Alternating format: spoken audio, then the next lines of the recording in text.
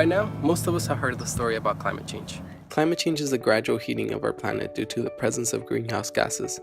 These greenhouse gases act as a blanket around our planet to trap heat inside our atmosphere, in turn, increasing the average temperature around the globe. So what are you guys' thoughts about climate change?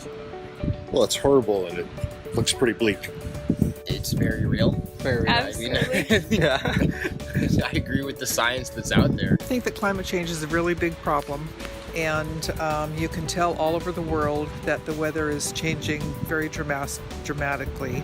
I happen to be from Canada, and even in Canada, the weather is changing quite a bit. Climate change is happening, it is our fault, and the only thing we can do about it is lessen the effects of it. What kind of actions are you taking to combat climate change? Well, actually, we have been talking about buying a hybrid car. I don't drive as much. We drive a Prius instead of a big SUV. We have one kid instead of multiple kids. That cuts down on carbon emissions. I'm a vegetarian. Yeah, you eat vegetarian. Well, we bought a hybrid car at one point in time, and we try to recycle, and we do what we can, carpool if we can, things like that. Don't get me wrong, these are all great steps to lessening the effects of climate change. In fact, if you'd be interested in more solutions, check out this website right here. But despite the actions the general public has taken, the reality is, since 1990, yearly greenhouse emissions have not dropped considerably. This begs the question, where are all these emissions coming from? Where do you guys think all these greenhouse gases are coming from? It's got to be coming from all the stuff we generate for supporting the population. Gas, vehicles, transportation, electricity. Well, I think probably from car emissions.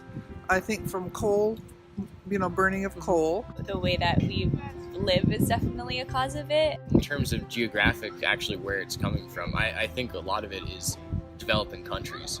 Oil and coal, burning electricity stations and vehicles, and a lot of livestock. These ideas are actually not far from the truth. In the US, it turns out that 28% of emissions come from transportation services.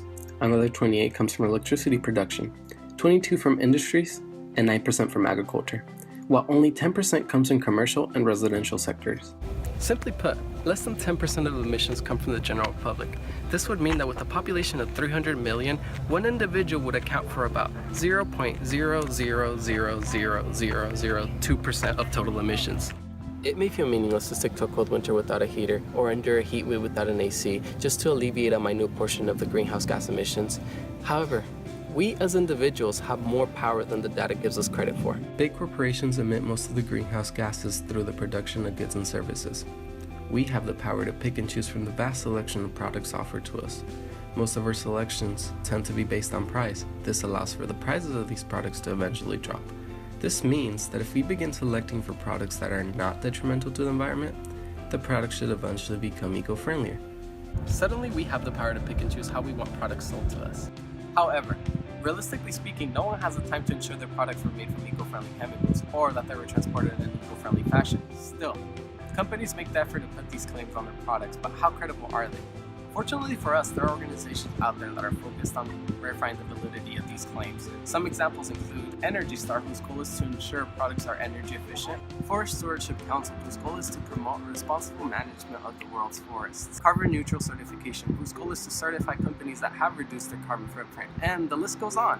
Our job as consumers is to educate ourselves about these eco-labels. I will provide an index down below containing some of these certified eco-labels. Truth is, as citizens of this earth, we are bound to consume the resources available to us. However, it is our duty to respect the land that provides these resources for us by avoiding unsustainable practices. While making individual changes is helpful, it is crucial to show companies that we are interested in preserving our earth. Ultimately, preserving our earth is not only important to our well-being, but vital for the generations to come. Thank you for watching.